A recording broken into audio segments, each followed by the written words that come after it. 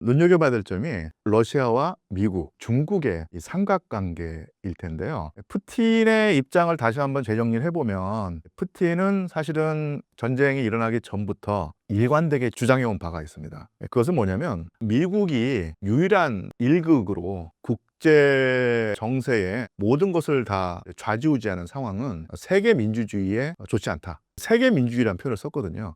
그러니까 푸틴이 민주주의라는 표현을 쓰니까 좀 안 어울릴지 모르겠지만 푸틴이 말하는 세계 민주주의라는 것은 마찬가지인 거예요. 민주주의는 여러 개의 정치 세력이 서로 공존하거나 아니면 서로를 견제하거나 대립하면서 해야지 이게 올바른 길인데 미국이 모든 것을 다 일방적으로 결정하고 있으니 이게 안 된다. 그래서 다극 체제로 가야 한다는 거였어요. 다극이 구체적으로 무엇이냐 할 때 해갈 수 있는 게 미국이 당연히 하나의 극일 것이고요. 그 다음에 중국, 인도, 러시아, 서유럽, 그 다음에 아프리카에서는 남아프리카 공화국, 중남미에서는 브라질 같은 나라가 되겠죠. 그래서 이렇게 여러 개의 극이 있어야 되고 그 다음에 이 여러 개의 극이 어떤 경우에는 서로 의기투합하고 어떤 경우에는 서로 대립하고 어떤 경우는 서로 절충하면서 세계 문제를 해결해야지 된다 이런 거였거든요. 그런데 이 바이든 행정부는 철저히 부정해 왔던 거예요. 그래서 미국의 일극체제를 계속 유지하겠다. 그래서 러시아가 거기에 도전하고 있으니 러시아를 주저앉히겠다.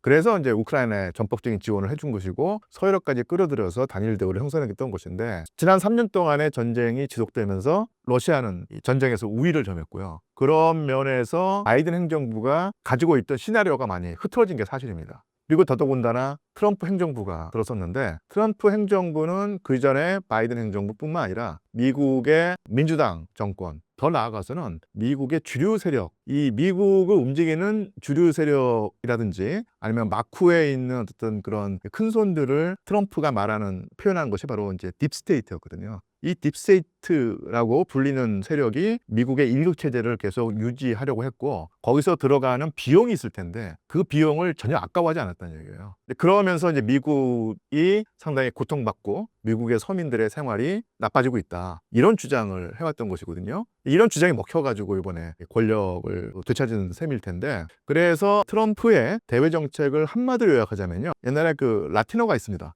프리무스 인테르 파레스예요. 프리무스란 말은 으뜸이라는 뜻이고요. 그 다음에 인테르란 말은 사이에서라는 뜻이고요. 파레스란 말은 동등자라는 얘기입니다. 그래서 미국이 일극체제를 유지할 필요가 없다. 미국이 일극체제를 유지하면서 오히려 엄청나게 큰 부담을 줘서 미국이 지금 망가지고 있다. 내가 미국을 다시 위대하게 만들겠다 라고 하면서 기존의 틀을 다 깨고 있는데요. 그래서 뭐냐면 미국이 일극이 아니라 여러 개의 극의 하나가 돼도 무방하다는 거예요. 단 하나 트럼프가 바라는 것은 뭐냐면 그래도 그 여러 개의 극이 있지만 그래도 그 중에서 가장 센 극은 역시 미국이어야 한다는 얘기죠. 미국만이 유일하게 하나의 극으로 존재하는 세상은 미국에 도움이 안 된다. 우리가 미국이 다극체제로 가는 것을 받아들일 때고 그것이 하나의 추세고 거역할 수 없다. 또 그 다극체제를 우리가 받아들이는 게 오히려 미국에게 더 유리하고 유익한 것이다. 단 하나 역시 미국은 위대하기 때문에 그 여러 개의 극 중에서 가장 으뜸가는 극이어야 된다. 이거거든요. 이런 점에서 트럼프의 입장과